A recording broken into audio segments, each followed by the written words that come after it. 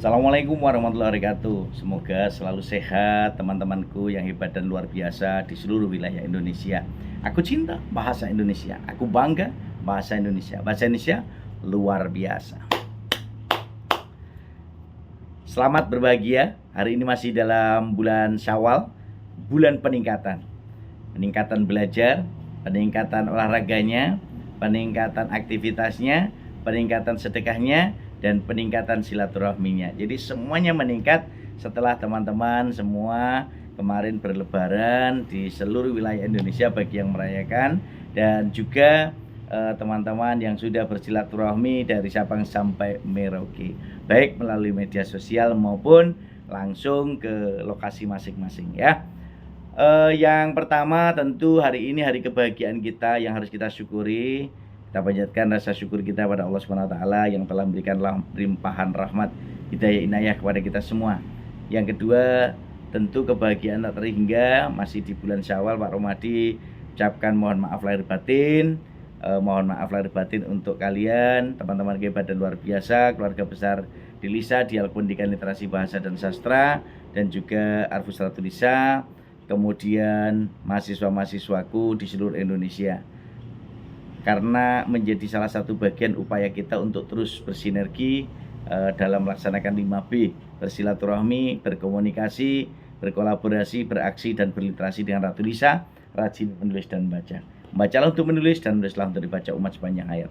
Teman-teman hebat dan luar biasa, hari ini topik yang akan kita bahas adalah strategi tutur untuk memanusiakan manusia. Artinya apa? Bahasa itu dapat memiliki fungsi salah satunya untuk memanusiakan manusia. Dengan apa? Dengan strategi tutur yang santun. Oleh karena itu, sebagai seorang penutur yang dapat menyampaikan tujuannya tersirat secara tersurat maupun tersirat, kemudian lawan tutur yang menangkap atau memiliki peranggapan tuturan itu, kemudian partisipan yang bisa menangkap maksud dan tujuan, perlu memahami konteks tuturannya. Artinya, ketika kita ingin bertutur harus bisa melihat siapa penutur, siapa lawan tutur, siapa partisipan, bagaimana konteks tuturannya, apa tujuan tuturannya, lalu sarana dan prasarana yang digunakan dalam tuturan.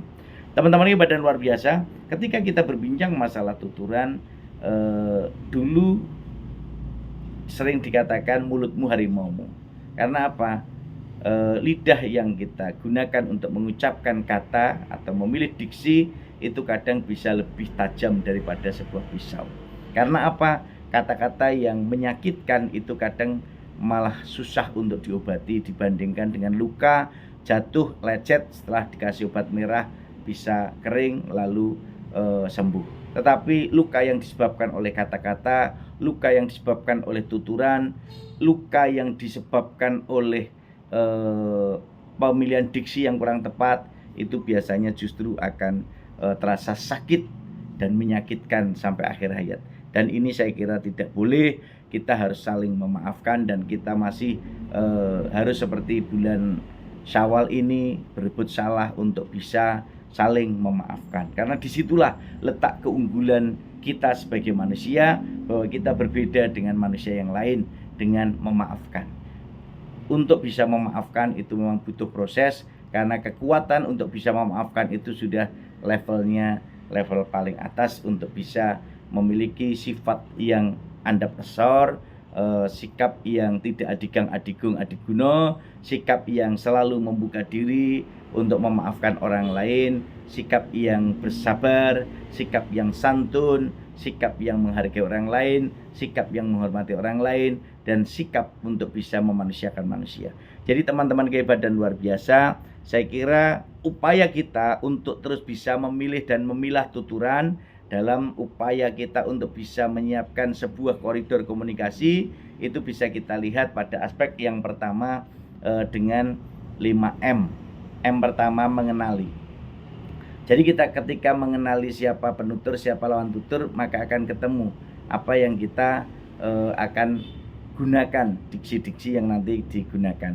Kemudian setelah kita mengenali M yang kedua, kita bisa menyampaikan maksud dan tujuan dengan bahasa verbal dan nonverbal. Nah, kalau kita sudah bisa mengenali lalu menyampaikan maksud dan tujuan dengan bahasa verbal dan nonverbal. Yang ketiga, kita menghargai.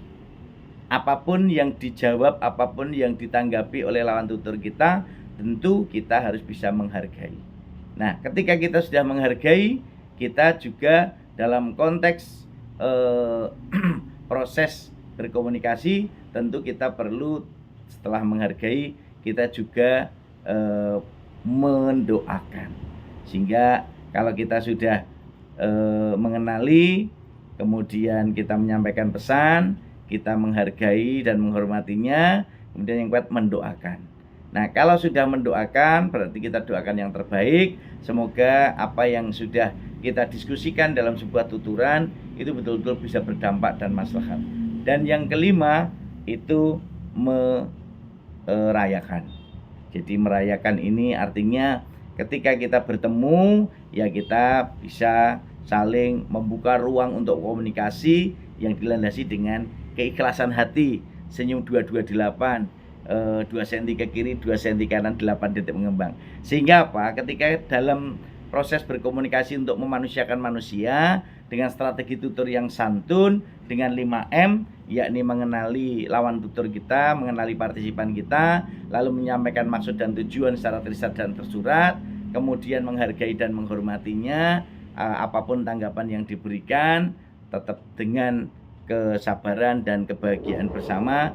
Yang keempat, kita mendoakan semoga apa yang kita diskusikan itu menjadi nilai terbaik yang punya kemaslahatan dan keberkahan. Yang kelima, merayakan bersama setiap hasil dari diskusi, komunikasi dimanapun kita berada dengan senyum 228. Jadi teman-teman hebat dan luar biasa, dalam bertutur kita perlu memilah dan memilih siapa, bagaimana konteksnya kita pahami, sehingga nanti hasilnya betul-betul bisa bermanfaat untuk kita semua. Apalagi teman-teman ini dari D3 Kebidanan tentu nanti akan memberikan layanan prima kepada pasiennya ketika nanti bekerja di puskesmas, di rumah sakit, di klinik, atau mungkin buka klinik sendiri, ataupun mungkin melayani sanak famili. Tentu harus menggunakan pilihan kata diksi yang tepat, yang santun, yang menghargai, yang menyenangkan, dengan prinsip layanan prima sepenuh hati.